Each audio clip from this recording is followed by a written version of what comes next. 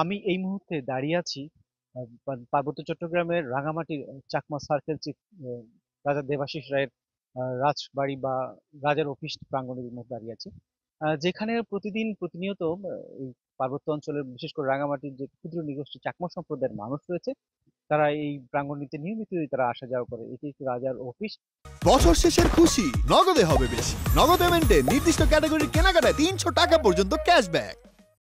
যেখানে আসলে এখানকার জনগোষ্ঠী যারা বসবাস করে, বিশেষ করে চাকমা সহ বাঙালি যে পুরনো যারা বাসিন্দা, তারা এখান থেকে আসেন। তাদের ভূমি ব্যবস্থাপনা, যে খাজনা দেয়া বা যে নাগরিকত্ব সনদপত্র সহ যে জমি সংক্রান্ত সহ যে বিবাদী মামলা রয়েছে, পারিবারিক মামলা, সবকিছুই এখান থেকে অনেকটা নিষ্পত্তি করা হয় বলে আমরা এখানকার অফিস সূত্রগুলো জানতে পেরেছি। তারা জানিয়েছে যে যে বিচার কার্যগুলো আছে, যে পারিবারিক বিচার, জমি সংক্রান্ত বিচার, সেই বিচার কার্যটি এখানে করা হয় এবং এর মাধ্যমে আসলে তারা বলছেন যে 90% বিরোধগুলো এখান থেকে মীমাংসা করতে পারেন তারা। যার ফলে হচ্ছে যে জুডিশিয়াল ম্যাজিস্ট্রেট কোর্ট বা যে জজ কোর্টে এগুলো যে বিচার, তা সেখানে 10% সর্বোচ্চ বিচার সেখানে যায়।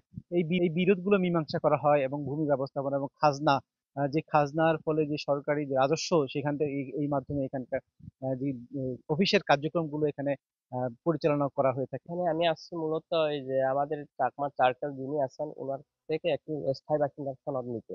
জমির মামলা আছে ওখানে, তার নোটিশ দিয়ে যাচ্ছি। ওই মামলা একটা তারিখ বসাবে আর কি। আমরা মূলত আজকে রাজার অফিসে আমরা প্রথাগত যে খাজনাগুলো দিয়ে দিই, ওগুলা জমা দেওয়ার জন্য আছি। খারবাড়ি আদালত থেকে হেডম্যান আদালত, যেগুলো ওখানে হয়তো নিষ্পত্তি না হয়, এই মামলাগুলো এখানে চলে আসে। এই একটা সার্কেল হিসেবে, হেডম্যান হিসেবে 3টা মৌজার যে এগুলো আছে, খারবাড়ি আদালতে যদি কোনো কিছু সমাধান না হয়, এখানে এসে আবেদন করে অনেক ক্ষেত্রে সমাধান হয়ে যায়।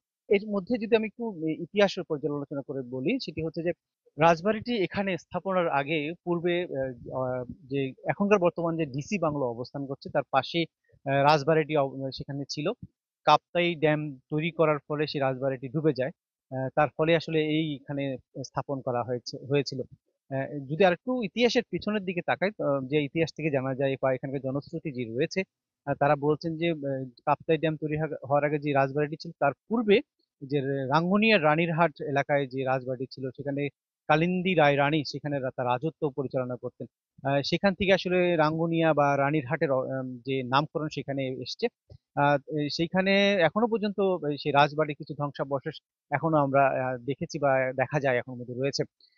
আসলে মূলত দীর্ঘকাল ধরে আসলে এই চাকমা রাজার যে ইতিহাস আমরা এখান এসে জেনেছি। এই বাড়িকে কেন্দ্র করে স্থানীয়রা, পর্যটক সহ যে দূর দূরান্ত যারা পর্যটক রাঙামাটিতে বেড়াতে আসেন, তারাও কিন্তু এখানে এসে রাজার ইতিহাস বা রাজবাড়ির ইতিহাস জানতে আসেন। আমরা এর মধ্যে অনেকের সাথে, অনেক পর্যটকের সাথে কথা বলেছি, তারাও বলছেন যে ইতিহাস বা এখানকার প্রকৃতি এবং এখানকার যে যে পরিবেশ দেখে তারাও আসলে মুগ্ধতার কথা আমাদেরকে জানিয়েছেন। এখন এটা দেখে আজকে মানে বোঝা যাচ্ছে যে এরা অনেকদিন থেকে আসলে অনেক পুরানো যোদ্ধা ছিলেন, এবং ওনাদের এই মাতৃভূমিকে ওনারা সবসময় কিন্তু কারো অদৃশ্য হতে দেন নাই। এটা আমার খুব ভালো লাগতো। এটা আমরা রাজবাড়িটা দেখলাম, ভালোই। যদি পুরোটা দেখতে পারতাম তাহলে আরো ভালো লাগতো। মানে হচ্ছে যে রাজার আমলের কিছু ঐতিহ্য যদি দেখতে পারতাম বেশি ভালো লাগতো। তো শুনলাম ওইটা নাকি পুড়ে গেছে। তো এখন যা দেখতে পাচ্ছি আর কি, যতটুকু। রাজবন বিহার এবং রাজার বাড়ি, এগুলো দেখতে এবং খুব সুন্দর একটা প্লেস এবং ভালো একটা পরিবেশ, এবং এই ধরনের শীতকাল পরিবেশে এই ধরনের পরিবেশে ঘুরতে যাওয়া আমার খুব ভালো লাগছে।